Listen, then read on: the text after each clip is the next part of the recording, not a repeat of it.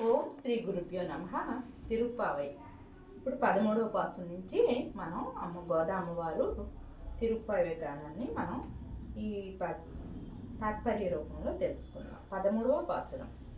తెల్లని పువ్వుపై నల్లని తుమ్మెదలాగా అందమైన కనుదోయి కలిగినదానా, దేహాత్మలేని సీతారాములను దుష్టుడై వేరు చేసిన దశకంఠుడిని సంహరించిన శ్రీరామ చరితమును, బకాసురుని హతమార్చిన భగవానుడిని పాడుచు వెడలి పడతులెల్లరూ నిర్ణీత స్థలమందు చేరియున్నారు.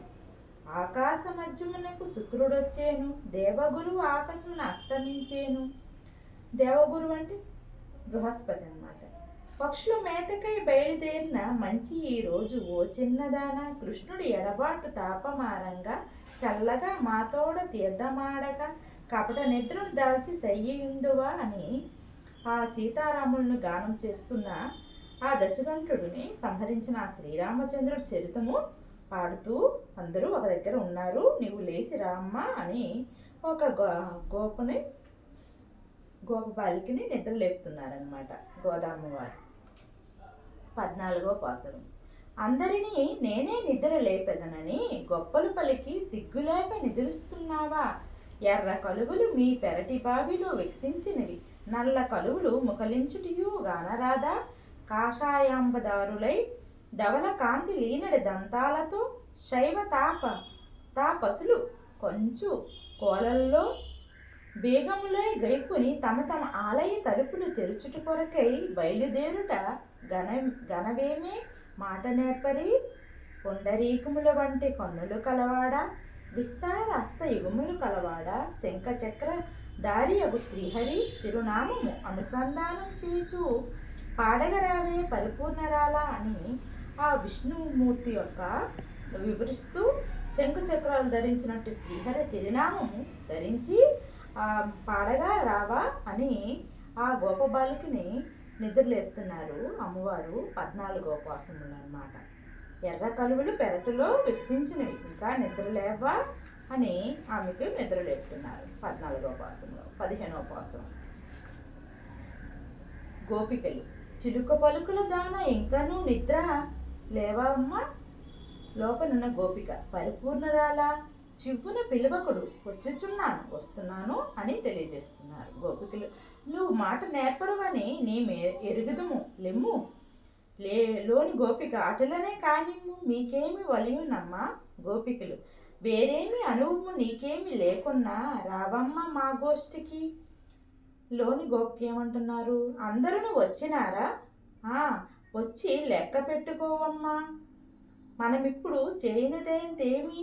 గోపికలు ఏమంటున్నారు, భూభారమైన కరి కంసాది శత్రువులను మానవాతీత బలముతో పరిమార్చిన శ్రీకృష్ణ గానం చేయవలెనమ్మా.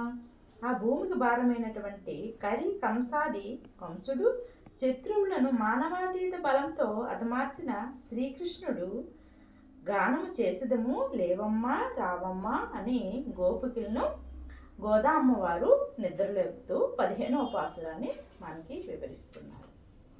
16వ పాసురం.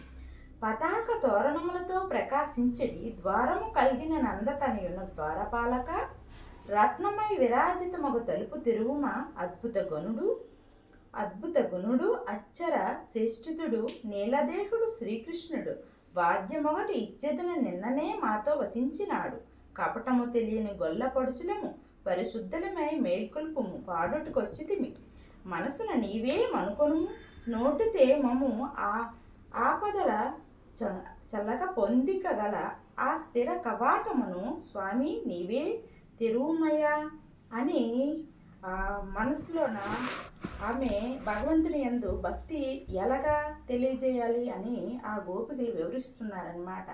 ఆ శ్రీకృష్ణుడు వాద్యం ఇచ్చేది నిన్ననే మాతో వచించినాడు అని ఆ గొల్ల పడుసులు పరిశుద్ధైన ఆత్మలతో ఆయన్ని స్మరిస్తున్నాడు అనమాట.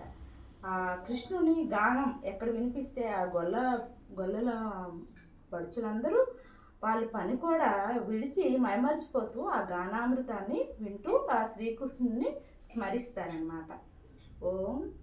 16వ పాసంలో గోదామ్మవారు ఈ విధంగా వివరణ ఇచ్చారనమాట. 17వ పాసురం. అన్న వస్త్రాదులు దానం చేసిడి మా స్వామి నందగోపాల మేల్కొనుమయ్యా.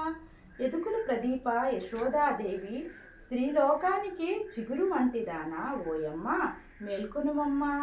అవధులెరుగుని ఆకాశమునే అధిగమించిన ఎత్తునకెదిగి అన్ని లోకముల గొలిచిన దేవా మీ సోదరులిద్దరూ నిద్రలేవరయ్యా అని అమ్మవారు తెలియజేస్తున్నారనమాట. 17వ పాసురంలో తెలియజేస్తున్నారు. పాసురం 18వ పాసురం. మదగజము వంటి నందుడు ఓట మెరుగుని భుజం కలవాడు బలము కలవాడు. అతని కోడల నీలమ్మ సుగంధ శిరోజముల దాన సున్నితములైన అంగురులు కలదాన. కోళ్ళు కూయిచున్నవి, కోకిలు గనుములు కురువిందు పొదలపై కూయిచున్నవి. తలుపు గడియ తీయవే నీలమ్మ, నీ ప్రిగును నామము పాడుటికొచ్చితిమి. నీ కర కంఠాభరణ రవలితో నీవే వచ్చి తలుపు తెరవమ్మ అని ఆ నీలమ్మను తలుస్తూ తెలియజేస్తుందన్నమాట. మదగజము వంటి నందుడు ఓట మెరుగున భుజము కలవాడు.